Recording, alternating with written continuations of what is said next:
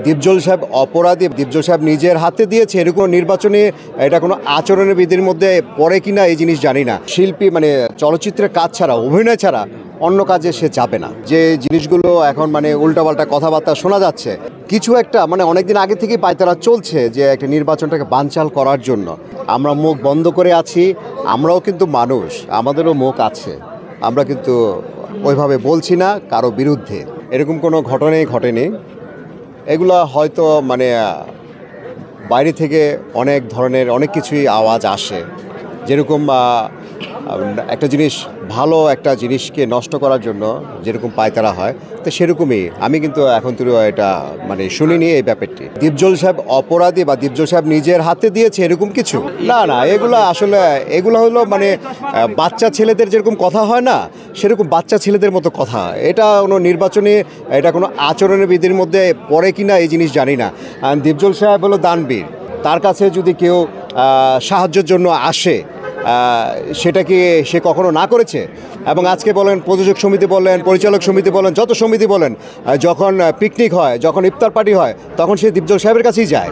তখন তারা যায়, তখন যদি কেউ প্যান ড্রাইভ দিয়ে ভিডিও করে দেয় যে এই সমিতির কিন্তু ওখান থেকে সে দান এনেছে, এটা কি পান? তখন তো নির্বাচন নাই।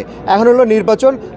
তাকে কিভাবে হেয় করা যায়, একজন ভালো মানুষকে কিভাবে চেতানো যায়, একটা ভালো পরিবেশকে কিভাবে নষ্ট করা যায়, সেরকমই কিছু। আমার কাছে মনে হয় না যেটা তেমন কিছু হবে।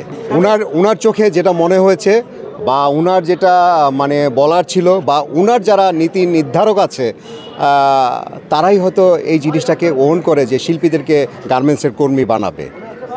আসলে ওনারা জানে না যে একজন শিল্পী যিনি বলবে, দাবি করবে যে আমি শিল্পী, তাকে মানুষ চিনতে হবে উনি শিল্পী। শিল্পী চলচ্চিত্রের কাজ ছাড়া, অভিনয় ছাড়া অন্য কাজে সে যাবে না, এটা আমরা আশা করি। আমরা যতটুকু বুঝি যে জিনিসগুলো এখন উল্টাপাল্টা কথাবার্তা শোনা যাচ্ছে, আসলে নির্বাচন যেহেতু কালকে, আমরাও এরকম আজ করতে পারছিলাম যে কিছু একটা অনেকদিন আগে থেকেই পায়তারা চলছে যে একটা নির্বাচনটাকে বানচাল করার জন্য। তা আমরা শতভাগ চেষ্টা করেছি, আমরা মুখ বন্ধ করে আছি, আমরাও কিন্তু মানুষ, আমাদেরও মুখ আছে, আমরা কিন্তু ওইভাবে বলছি না কারো বিরুদ্ধে। আমাদের অবশ্যই আছে, আমাদের নীতি নির্ধারক যারা আছেন তারাই বলে দিবেন যে কখন কি ঘটবে বা কখন কি করতে হবে। আমাদের প্যানেল ছাড়া অন্য প্যানেল যেটা আছে মোস্ট জুনিয়র সবাই, একজন ছাড়া। এদের ভিতরে যেহেতু তারা জুনিয়র, তারা নতুন অনেকে, বা আমাদের সমবয়সী বা সিনিয়র যারা আছে, তাদের বিরুদ্ধে আমাদের কোনো অভিযোগ নাই। যারা শিল্পী তাদের বিরুদ্ধে কোনো অভিযোগ নাই। এখন আস্তে আস্তে দিন যত যাচ্ছে তত কঠিন হচ্ছে, কারণ আগে ছিল শুধু শিল্পীরাই আসতো এবং আরও সংগঠনে যারা আছে তারাও আসতো, সবার সাথে সবার দেখা হতো। এখন যখন মনিটরিং চলবে,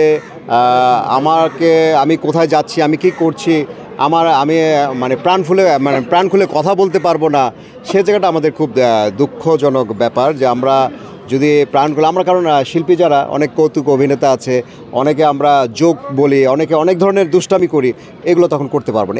এইসব জিনিস থেকে আমরা বিরত থাকতে হবে আমাদের। আমরা প্রথম থেকে চেয়েছি আমার পুরো প্যানেল, আমাদের এই মিশা সওদাগর এবং দীপজল সাহেবের প্যানেল সবসময় বলে এসেছে যে আমরা আমাদের গায়ে না লাগা পর্যন্ত আমাদেরকে যাই বলুক আমরা কিছু বলবো না, আমরা পরিবেশ ভালো রাখবো। আমরা এখনও তাই করছি, আমাদের পরিবেশ আমরা ভালো রাখবো। আমরা সুষ্ঠু নির্বাচন চাই সবার সম্মুখে, এবং সবাইকে নিয়ে আমরা নির্বাচন করব এবং একটা ভালো রেজাল্ট আসবে আশা করি।